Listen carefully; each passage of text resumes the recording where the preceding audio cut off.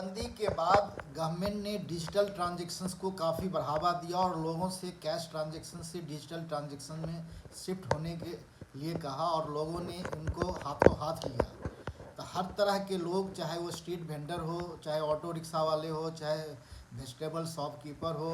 और बहुत छोटे छोटे जो धंधा करते हैं, उन सब के लिए यूपीआई एक क्रांति के रूप में आया और सब ने यूपीआई से ट्रांजैक्शंस लेना और एक्सेप्ट करना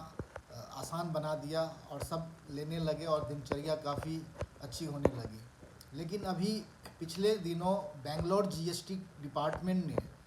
1300 से ज़्यादा स्ट्रीट वेंडर जो कि पानी पूरी का काम करते हैं या रोड साइड में कोई फूड स्टॉल लगा रखे हैं, वेजिटेबल शॉप है या छोटे छोटे कारोबार करते हैं, उन सब को उन्होंने करीब 1300 नोटिस इशू किए हैं, जिसकी वजह से जितने भी स्ट्रीट वेंडर हैं जो कि यूपीआई से पेमेंट ले रहे थे, अब उनके बीच एक हड़कंप सा आ गया है। अब सब ये यूपीआई ट्रांजैक्शन एक्सेप्ट ना कर कर अब सारे लोग अपनी कस्टमर से कैश ट्रांजैक्शंस की डिमांड करने लगे हैं। अब आइए जानते हैं इन सब के पीछे जीएसटी डिपार्टमेंट का नोटिस इशू करने का असली वजह क्या था। जीएसटी डिपार्टमेंट को यूपीआई ट्रांजैक्शंस के डाटाबेस के हिसाब से उनको बहुत ऐसी सारी सूचनाएं मिली कि एक एक जो स्ट्रीट वेंडर हैं उनकी जो ट्रांजैक्शंस हैं जो जीएसटी कानून के हिसाब से मिनिमम थ्रेशोल्ड लिमिट को क्रॉस कर दिया है। मिनिमम थ्रेशोल्ड लिमिट का मतलब है कि अगर आप सर्विसेज प्रोवाइड करते हो तो ये 20 लाख होना चाहिए और अगर आप ट्रेडिंग एक्टिविटी में हो तो 40 लाख जो है सो होना चाहिए। अगर आप इन दोनों लिमिट को क्रॉस करते हो तो ऐसे सिचुएशन में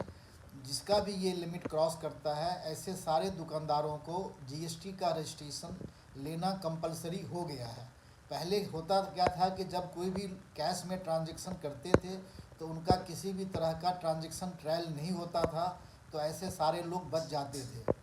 तो अगर इस मामले में अगर किसी को भी जीएसटी का नोटिस आया है तो उन्होंने एक थ्रेशोल्ड लिमिट जो है उसको उन्होंने क्रॉस किया है, जो कि मैंने अभी बताया कि ट्रेडिंग के केस में ये 40 लैक्स है। अगर 40 लैक्स से ज़्यादा का अगर आपका यूपीआई ट्रांजैक्शन से लेन देन हुआ है, उससे ज़्यादा आपने रिसीट किया है, तो आपको कानूनन जीएसटी के अंदर रजिस्ट्रेशन लेना ज़रूरी था और जीएसटी